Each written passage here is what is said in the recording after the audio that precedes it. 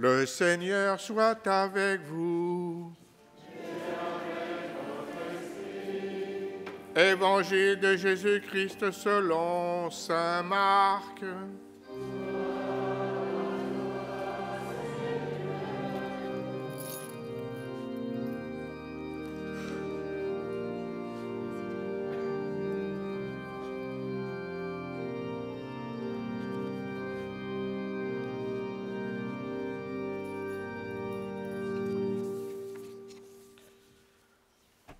En ce temps-là, dans son enseignement, Jésus disait aux foules : « Méfiez-vous des scribes qui tiennent à se promener en vêtements d'apparat et qui aiment les salutations sur les places publiques, les sièges d'honneur dans les synagogues et les places d'honneur dans les dîners.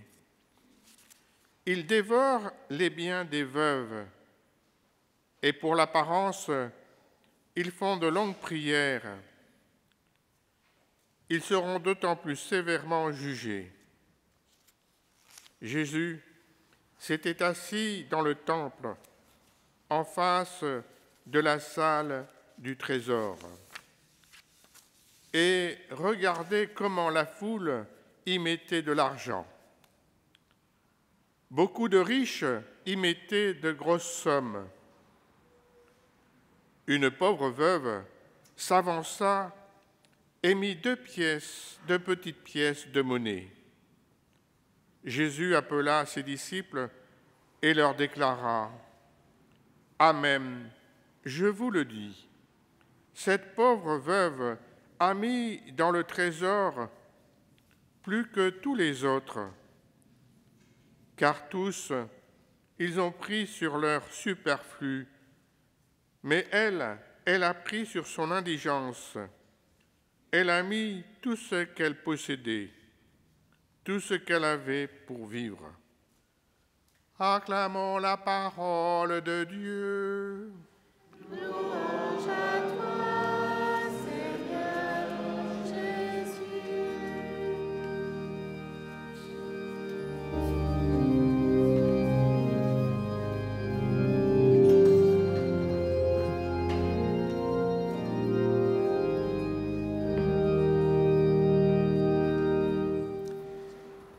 Les lectures d'aujourd'hui nous proposent 3 changements de perspective, 3 façons de voir des situations connues, mais de les voir différemment. La première, c'est dans la première lecture, le livre des rois, avec la veuve de Sarepta, où on a là un changement de perspective tout à fait étonnant. Alors Sarepta, pour bien comprendre le changement de perspective, ça se situe de l'autre côté du Jourdain, en terre païenne. Donc, la veuve de Sarepta n'est pas supposée croire au Dieu d'Israël. Et si elle croit au Dieu, et si elle, comme on est dans un contexte polythéiste, si elle peut tout à fait considérer que le Dieu d'Israël existe, elle n'est pas du tout supposée croire qu'il ait une puissance particulière ou quoi ou qu'est-ce. Et pourtant, elle introduit son entretien avec Élie par cette phrase : « Je te le jure par la vie du Seigneur, ton Dieu. » Pas la vie du Seigneur Dieu, Gouzi, globalement comme ça, du Seigneur, ton Dieu. Ton Dieu, le Dieu d'Israël. Et ça va permettre à Élie d'avoir une parole prophétique qui va faire entrer la veuve dans une relation de confiance au Dieu d'Israël, Dieu auquel elle n'est pas supposée croire. Premier changement de perspective, cette païenne qui reconnaît la puissance et la vie, donc la puissance du Dieu d'Israël. Deuxième changement de perspective dans l'Évangile. Dans l'Évangile, Jésus bouscule un peu la façon de regarder. Voilà, ce qu'il regarde, en regardant les dépôts des dons dans la salle du trésor, ce qu'il regarde, ce n'est pas la quantité qui est mise. C'est le coût pour le donateur. C'est le coût pour le donateur et c'est ce que cela dit de sa confiance en Dieu. Et du coup, il amène ses auditeurs à changer de perspective. C'est-à-dire que la veuve n'est plus juste une pauvre veuve qui met sa pauvre offrande dans le tronc, ça devient celle qui, de tous les donateurs qui ont été vus à ce moment-là, est sans doute celle qui a la plus grande confiance en Dieu, puisqu'elle a mis tout ce qu'elle possédait.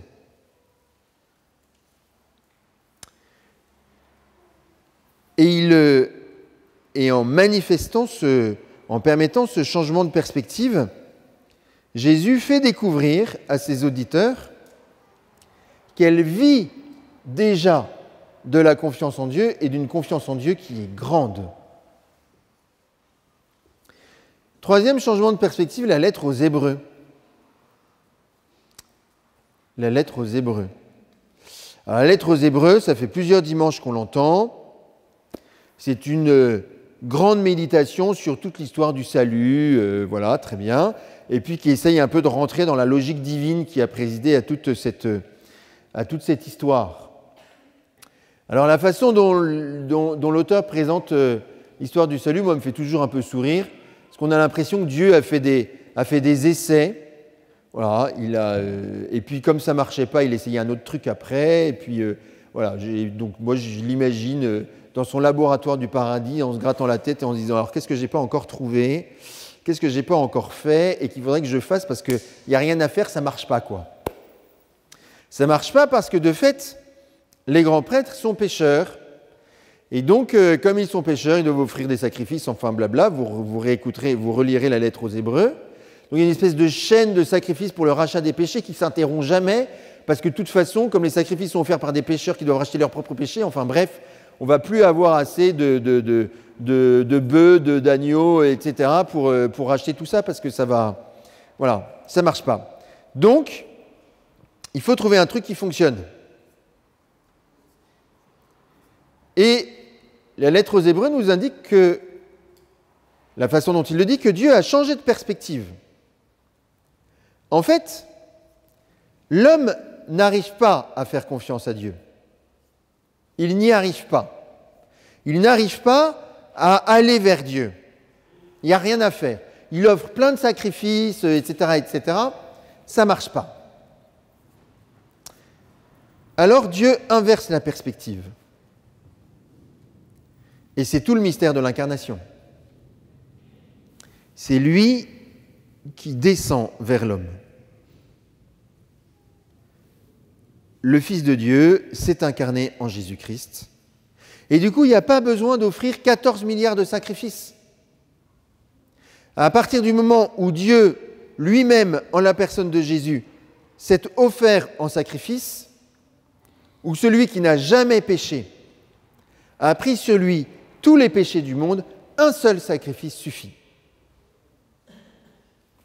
Et la chaîne du rachat infernal, si je puis dire, s'arrête. S'arrête parce que Dieu est venu nous rejoindre. Il ne s'est plus contenté, si je puis m'exprimer ainsi, de regarder nos efforts sincères, mais pas très musclés, pour arriver jusqu'à lui. Il est venu à nous. Inversion totale de la perspective. Et en venant à nous, qu'est-ce qu'il fait?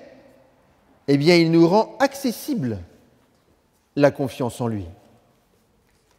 Il nous rend capable de la vivre maintenant, ici, et pas seulement d'être dans une espèce d'espérance plus ou moins lointaine. Et il nous rend en plus capable, donc, de maintenant manifester ce changement de perspective. Et dans ces deux changements, au moins dans ces deux changements qui sont manifestés par les lectures d'aujourd'hui, la veuve de Sarepta, elle confesse sa foi. Élie a une parole prophétique qui lui permet de rentrer dans la confiance en Dieu. C'est exactement, par exemple, l'ambition des parcours alpha. Les parcours alpha, ils s'adressent à des gens comme la veuve de Sarepta. Ils ont une foi, une croyance en tout cas, plus ou moins, voilà, c'est pas très assuré. Et ils sentent bien que du côté du Dieu d'Israël, du Dieu des chrétiens aujourd'hui, il y aurait peut-être un truc là. Notre rôle, c'est d'avoir cette parole prophétique vis-à-vis de ces personnes-là qui leur permettent de rentrer dans une relation de confiance en Dieu. Puis, le deuxième changement de perspective, c'est celui de l'Évangile. Comment est-ce que nous manifestons, comment est-ce que nous rendons visible qu'aujourd'hui, déjà, il y a des gens qui vivent de la confiance en Dieu. Il y a des gens qui sont capables d'actes déraisonnables parce qu'ils ont confiance en lui, parce qu'ils savent qu'il intervient. Eh bien, je nous propose, pour pouvoir vivre ce changement de perspective, je nous propose maintenant deux choses. D'abord, la première, quel est l'état de notre propre confiance en Dieu? Où est-ce que ça bloque? Où est-ce que ça résiste? Peut-être au même endroit que la semaine dernière ou qu'il y a 15 jours. On va remettre l'ouvrage sur le métier. Si ça continue de bloquer, c'est qu'il faut y revenir. Vous allez peut-être repérer quelque chose de nouveau. De toute façon, notre confiance en Dieu, elle est appelée à se mettre à la hauteur de Dieu lui-même. Donc elle est appelée à rentrer dans l'infini. Donc on n'a pas fini de trouver des petits trucs qui bloquent. Donc, continuons de débloquer. Puis deuxième chose, je nous propose de demander la grâce d'être attentifs aux situations qui vont venir dans la semaine pour que nous puissions manifester cette confiance en Dieu.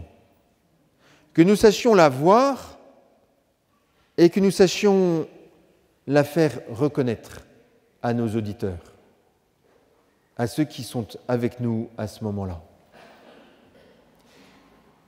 Demandons cette grâce-là, à la fois de grandir dans la confiance en Dieu et puis de savoir manifester ce changement de perspective afin que cette multitude pour laquelle le Christ s'est livré puisse rentrer à son tour dans la confiance en Dieu.